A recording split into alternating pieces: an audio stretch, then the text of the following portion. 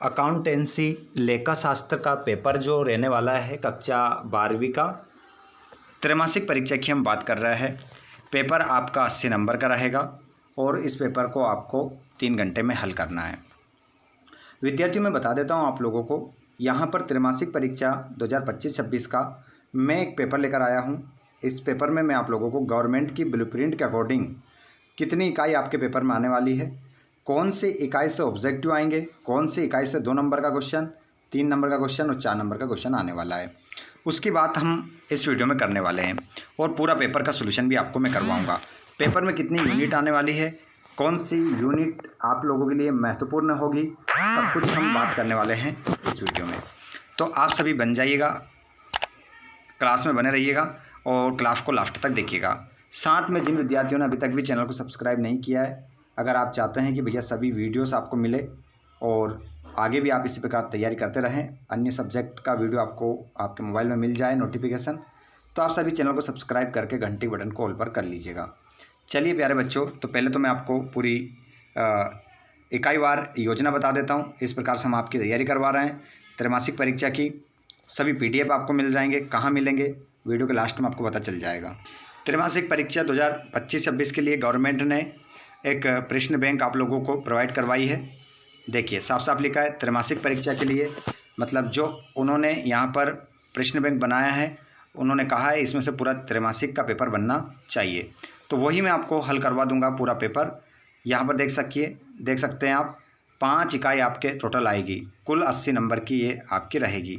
32 objective रहेंगे, 2-2 number question रहेंगे, 3-3 के रहेंगे, कितने रहेंगे सब कुछ यहाँ पर लिखा है। उसी को हम यहाँ पर हल करने वाले हैं। ये रही इकाई नंबर पहली, जिसका पूरा सॉल्यूशन मैं आपको इस वीडियो में करवाने वाला हूँ। तो जल्दी से एक बार फिर आप सभी का स्वागत है।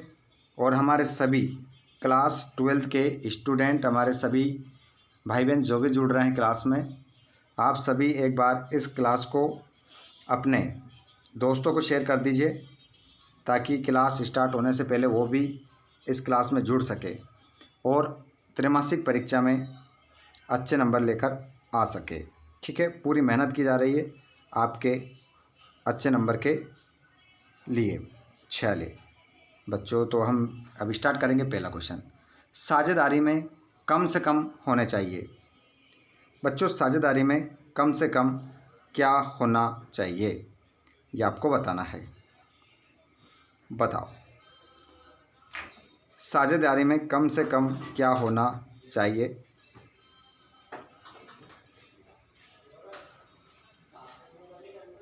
जल्दी से बताएंगे आप सभी। प्रश्न क्रमांक पहले का आंसर है 3 व्यक्ति होना चाहिए, 2 व्यक्ति होना चाहिए, 7 व्यक्ति होना चाहिए, 10 व्यक्ति होना चाहिए। तो यहाँ पर आप सही उत्तर लगाएंगे। सही उत्तर लगा लेंगे आप। कम से कम होना चाहिए 2 व्यक्ति। भारतीय साझेदारी अधिनियम बनाया गया है 1947 में, 1956 में, 1951 में, 1932 में। तो इसमें आपका करेक्ट आंसर आप लगाएंगे 1932 में। ये साझेदार के आहरण की तिथियां नहीं दी गई हो तो आहरण पर ब्याज की गणना की अवधि होती है। तो इसमें आपको मिल जाएगा 6 माह, 5.5 माह, 6.5 माह, 10 माह। तो यहाँ पर आपका करेक्ट आंसर इसमें आप लगाएंगे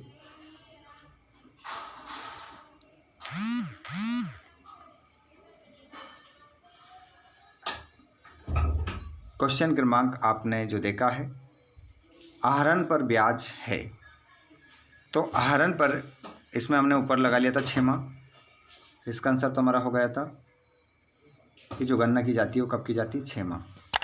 और यहाँ पर आहरण पर ब्याज है, फर्म की हानि है, साझेदारों की आय है, फर्म की आय है या उपर्युक्त में से कोई नहीं।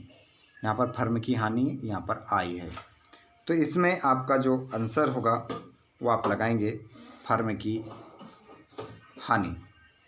5वां देखेंगे, जब कुल निकाली गई राशि दी जाती है लेकिन निकासी की तारीखें निर्दिष्ट नहीं होती, तो ये माना जाता है कि राशि हर महीने निकाली गई, साझेदार के फर्म छोड़ने तक सामान्य रूप से निकाली गई, हर दिन निकाली गई, पूरे वर्ष समान रूप से निकाली गई।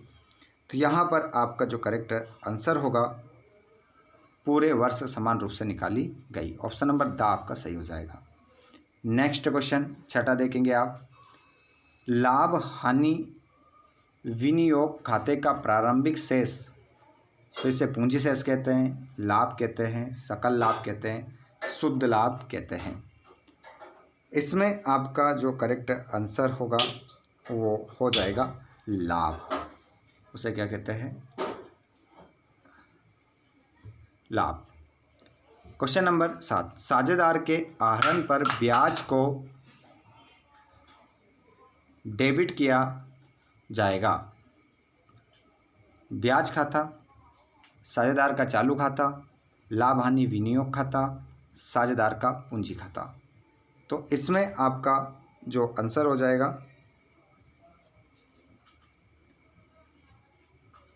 क्वेश्चन क्रमांक 7वें का जो आंसर आपका लाभ हानि वियोग खाता आपका आंसर इसमें रहेगा। 8वां देखेंगे। अंकित हर महीने के आखिरी दिन 10,000 रुपये निकालता है।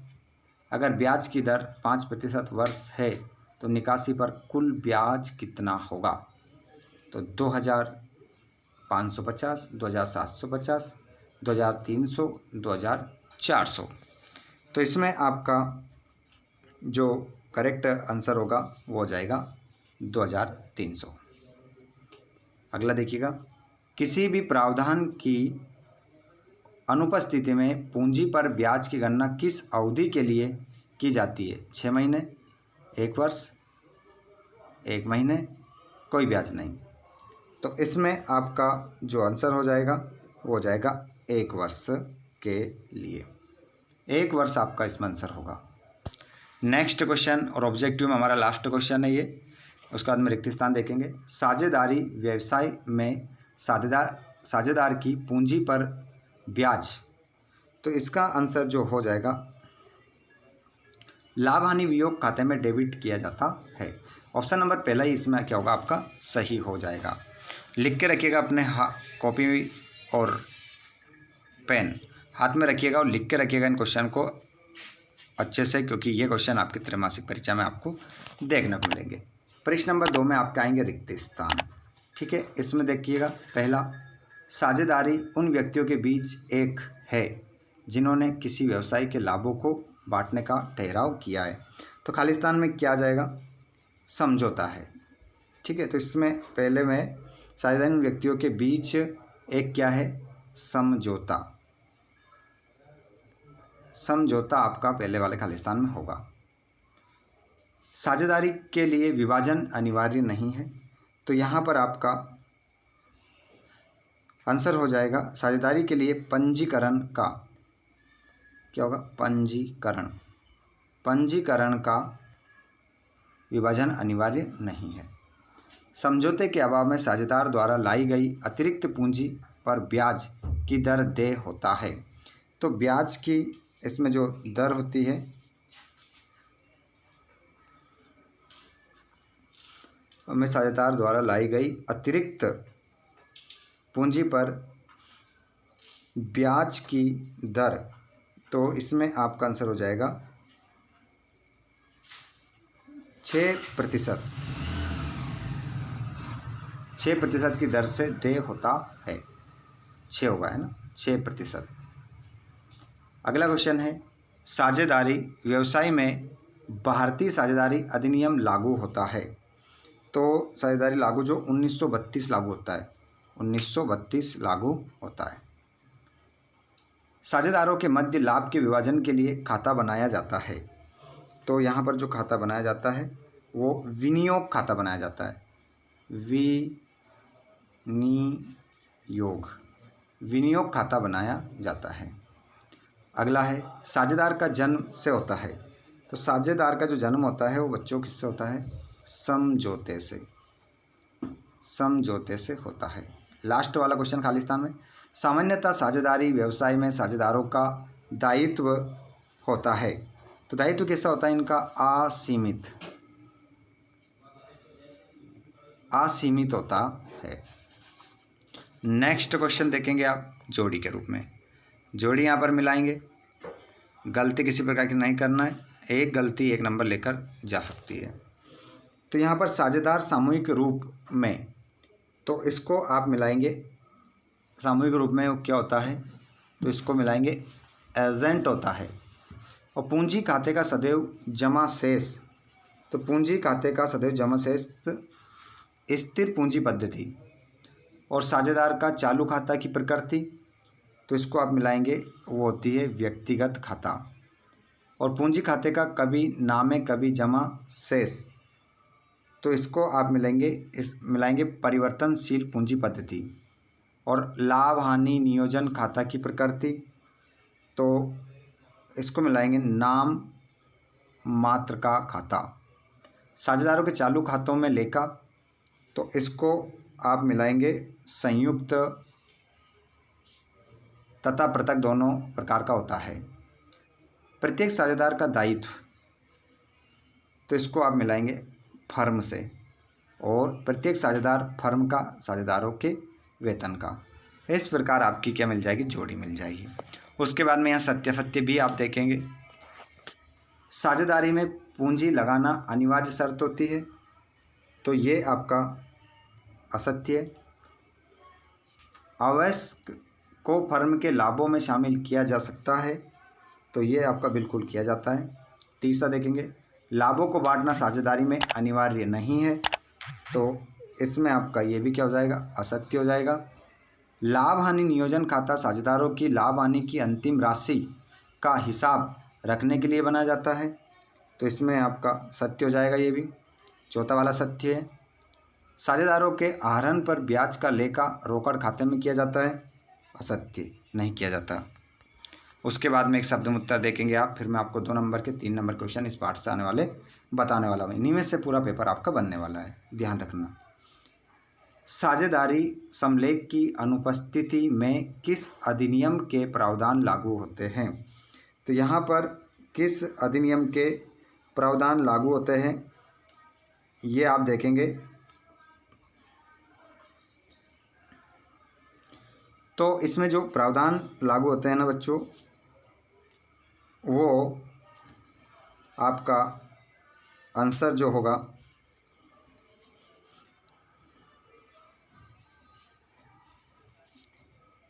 वो बताता हूँ मैं आप लोगों को। तब तक आप सभी कमेंट करते रहें कि क्या होगा इसका आंसर, बताइए। सभी का कमेंट आना चाहिए जितने भी जुड़ रहे हैं क्लास में। तो इसमें आप सभी विद्यार्थी भारतीय साझेदारी का जो साझेदारी समलेख की अनुपस्थिति में किस अधिनियम के प्रावधान लागू होते हैं,